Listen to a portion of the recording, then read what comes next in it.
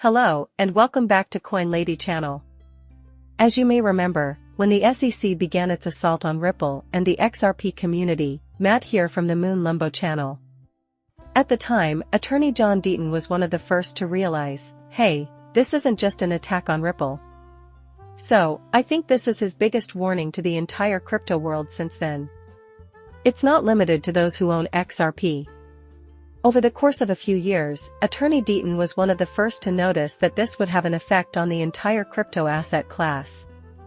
Yes, that is precisely what is happening here, and nearly everyone has come around to it. However, there is another danger in this situation. Astoundingly, nearly 20% of the US Senate supports a de facto prohibition on cryptocurrency. Several details from attorney John Deaton are shared with you here. Incredible, because powerful people seek to limit your freedom and prevent you from accessing the Bitcoin asset class, which might lead to life-changing wealth. Every single one of those possibilities and opportunities, it's not that they intend to eliminate any of them just for the incumbents in legacy finance, per SE. However, they will be satisfied if they can eliminate or significantly decrease your involvement for the time being. The way that works is pretty cool, though. There you have it. You also have this headline from today that lists the best lawyers in Ripple's and his forecasts for 2024, they're solid, and he's likely to be absolutely right. I should preface this by saying that I come from absolutely no financial background, do not take my financial advice as gospel. Furthermore, you should under no circumstances use anything I write or say to make a purchase or sale. As a hobby and for fun, I enjoy making videos on YouTube regarding crypto-related subjects. I'm just an enthusiast. Allow me to attend to the task of arranging the table for you. This story, which appears in Bitcoin magazine on occasion, is from around a week ago. However, the headline reads, U.S. Senator Elizabeth Warren introduced her bill to crack down on Bitcoin and crypto, and it was shared on the NASDAQ website. Furthermore, I believe that Senator Elizabeth Warren's status as the worst senator is debatable. Do you think anybody is listening to you right now? If yes, state your case down below. It is my constant desire to lend an ear to those who are grieving. When it comes to bashing cryptocurrency in an inconsistent manner, I believe she is among the worst, if not the worst. Plus, I still don't think she really believes her own reasoning. That does not convince me. I get the impression that she is someone who is really dishonest. Peace, or whatever you choose to call it, reads like this. To address her worries about the suspected exploitation of digital currency in criminal activities, U.S. Senator Elizabeth Warren presented the measure today. Noting a variety of illicit activities, including drug dealing, sanctions, money laundering, and evasion. The XRP community is just concerned with that, therefore there's no need to worry about anything else, is there? It's the moneylender and Asian sanctions. Isn't that what we're up to? The fact that people are still arguing about this in 2023, despite overwhelming evidence that this is not the case, shows how ridiculous fiat currency is. It irritates me so much, you guys. Normally, you would say, grind my gears down to one gear grinding anyway when you're down to only one gear. There is still no end to the peace. The bill, which has the backing of a coalition within the banking committee, is a big step toward more regulation and oversight of Bitcoin and other cryptocurrencies. The reasoning behind this is that there are risks involved with these assets, and Senator Warren has been vocal about the fact that criminals use digital currencies. Please hold on to these applauses for Elizabeth, I am much obliged. Maintain your protection of us all, please. Without you, I would be completely confused about how to put on my shirt first thing in the morning. Take a look at this quote she gave. The use of cryptocurrencies by criminal organizations, terrorist groups, rogue states, drug lords, ransomware gangs, and fraudsters to conceal their identities, avoid sanctions, finance illicit weapon programs, and profit from catastrophic cyber attacks has been highlighted by the Treasury Department, which has called for new legislation to address the issue. I applaud the 5 new senators, 3 of whom are on the banking committee, for stepping up to the plate and demanding action.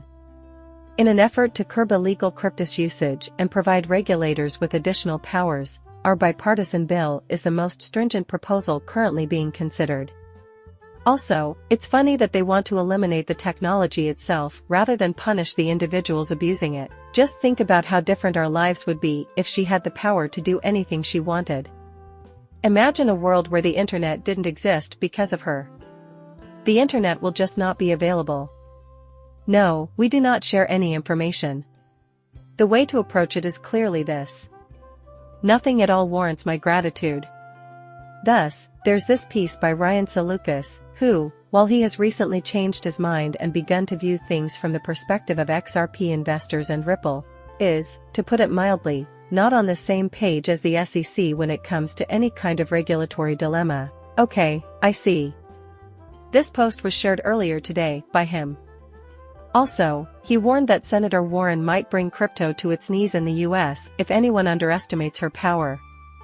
Even if her name isn't on the final bill with the best possibility of passing, we are still fighting for our jobs. Because this is an attack on everyone, it's important to remember that everyone can have a career in the area of accreditation. He simply wants the sector to cease to exist. This should serve as a good reminder to stay attentive. Therefore, just do away with all the employment. Everyone contributes to that in some way. And then there are listeners like you, because most of us aren't directly involved in the cryptocurrency industry. Rather, we're speculators, holders, or both, a valuable role in the market. Opportunities for profound personal growth have always been abundant. Nevertheless, she has ensured that this will no longer be the case. At this point, Attorney Deaton steps in. He reposted the statement after expressing his full agreement. And he's sounding the same alarm about the same thing. Regardless of your opinion on the likelihood of her success, the dangers she poses are real and demand our attention. That is why, along with many others in the crypto industry, including members of the XRP community, I am doing all I can to disseminate the word. As a result, 20% of the US Senate has shown its support for Attorney Deaton's de facto prohibition on cryptocurrency in the US. It is my firm belief that she is attempting to shape and direct the crypto narrative through her re-election. To put it bluntly, she poses the greatest danger to American liberty. The attorney couldn't have been more correct. You couldn't be more correct. Then there was this video, which you may have seen. Thus, this occurred earlier this month. This is that, I believe it was a congressional hearing, JP Morgan Chase CEO Jamie Dimon stated in the video footage. By the way, this was posted on December 6th, but he claimed that mentioning crypto had no real use. Only those involved in illegal activities, such as drug trade, money laundering, or tax evasion, would find it useful. My question is this, are Ripple's customers aware of that? Do you remember these tap jets, Jotsana? The solution to the Friday night problem of transferring funds for charter jets was laid forth in that amicus brief in the SEC versus Ripple case. When regular banks were closed for the weekend, they must be aware that their current actions aren't assisting their clients in transferring value in a manner that wasn't feasible before. Do you think Jamie Dimon genuinely believes that criminals, drug traffickers, money launderers, and tax avoiders are the only people who can benefit from cryptocurrency? How dishonest are these people? Such deceitful individuals. As a result, today is, I apologize, not today. A few days ago, Attorney Deaton reposted it with the following statement. Well, I'll have to check.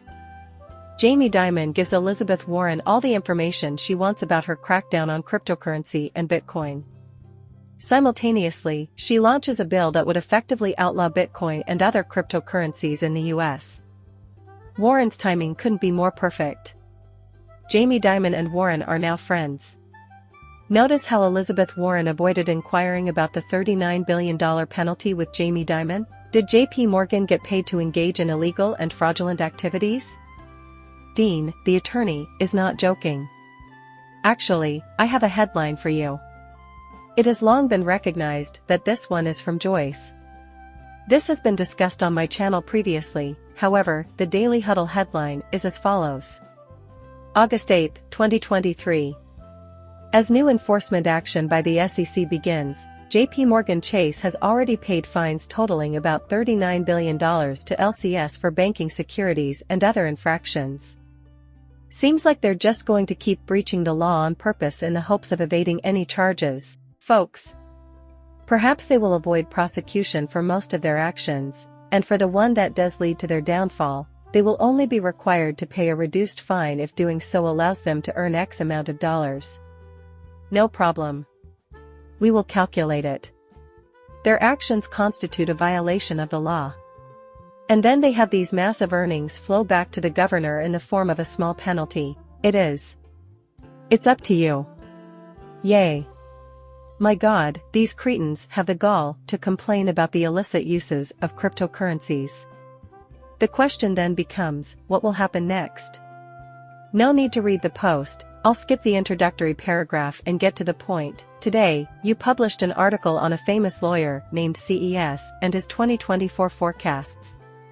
Nevertheless, the viewpoint was disseminated via the official Ripple account on social networking site X. Stuart Burdy, Ripple's chief legal officer, penned this. Finally, in 2024, he will have 3 points to his name and the SEC's stupid case against Ripple will be over. Nonetheless, additional market heavyweights will be the targets of the SEC's ongoing campaign of regulation through enforcement. The second-in-command judges will remain the only safeguard against the SEC's overreach. And the SEC will keep losing big cases, and in court, paving the way for a Supreme Court clash. In closing, I'd want to mention that I was bringing this up earlier. Prior to XRP's official legal status being established. The US is not a banana republic, therefore it's reasonable to have a positive outlook in July. Many are of the opinion that a decision should have been reached by now because this judge is sketchy and will likely make a poor conclusion. I found the idea that she would have reigned by now to be ridiculous. There was no logic behind it. Even though we had the rule and intended for it to work, it did not. Although the United States and its legal system aren't flawless, I did point out that they usually do something close to what is considered fair. Every system has its flaws. Certainly, there is no denying that injustice is done. However, in general, when cases reach the judges, there aren't many bribes. Most of the time, the judge is acting with integrity.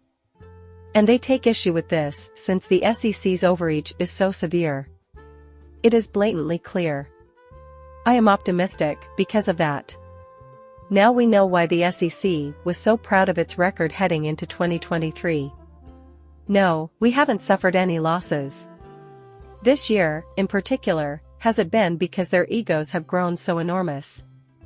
After what seems like an endless string of losses, the SEC is rightfully taking a beating. Much obliged to this judicial system. And the judges who are observing. The final line of defense is, thus, spot on. Alternatively, you may stand in an iron suit. However, my point is that having that degree of certainty is rational. Therefore, generally speaking, I am still really hopeful. I mean, for the duration of this whole asset class. I think that's the best course of action. Be on the lookout and get the word out, but, as I mentioned before, I really mean it. This information should be known by all crypto enthusiasts. Their continued overreach is unacceptable, and we must stop it. Finally, in point 3, he claims that crypto enterprises would be left behind as the rest of the world achieves tremendous progress because Congress will reach an agreement on crypto regulation in theory but disagree on proper implementation. Yeah. That is all. That seems like more of the same to me. I agree with him. Plus, it's evident that the United States is losing ground in the race for crypto innovation. And the truth is that it deeply disappoints me as a proud citizen of the United States. You could be thinking, fair enough, because I am well aware that about half of my audience is in the US. Yeah, I see. But here is my home. Also, I'd rather not see this. Wow, when you consider the United States as an economic superpower, the adoption process here takes a back seat. Obviously, there is a great deal of power involved. And it's not limited to political influence. Some of the most influential people in the world also have strong financial acumen. Regarding the technology that occurs here first, though, I simply had this idea. I simply have the impression that it would receive notably significant support in some cases. And it still baffles me. Everyone is putting off their plans because they need to figure out where they're actually going to leave the United States now that there's been a flight, and because there's been a slowdown, that's understandable. What takes place? Next, which technologies are worth enhancing, from an amplification standpoint? How does that appear in reality? What I'm trying to say is that I'm sitting here and wondering aloud how devastating this asset class has been. Plus, it's not going away anytime soon, is it?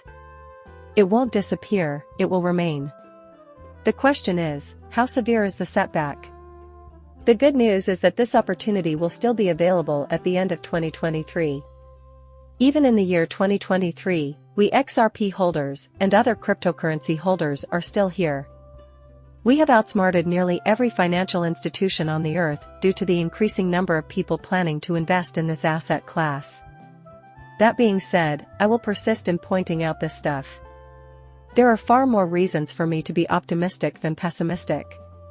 For example, I am confident that we will accomplish all that needs doing, and I see great potential here, particularly in late 2023, when we will have surpassed nearly all competitors. A first of its kind. That is not the case. Typically, the institutions are the ones to go first. Now that we've witnessed a big surge in prices, here is an opportunity to out-institutionalize the institutions. Then there are IPOs for different companies, and the average person can get in once prices pop. Wow, that's unbelievable. Even if I'd rather be pessimistic and ignore the negative aspects, I must admit that my outlook on the matter is still far more optimistic than pessimistic. Since you mentioned at the very beginning of the SEC versus Ripple case, hey, this isn't bad only for XRP, I think this is arguably Attorney Deaton's biggest warning. That's why I said that at the beginning of the movie. Of course, this is terrible news for XRP holders, but the SEC is successful in its endeavors. The whole asset class could collapse as a result of this. We are so confronted with that. Because I am not a financial advisor, it is highly discouraged that you put your money into anything I suggest. Please like and subscribe my channel. See you later, bye.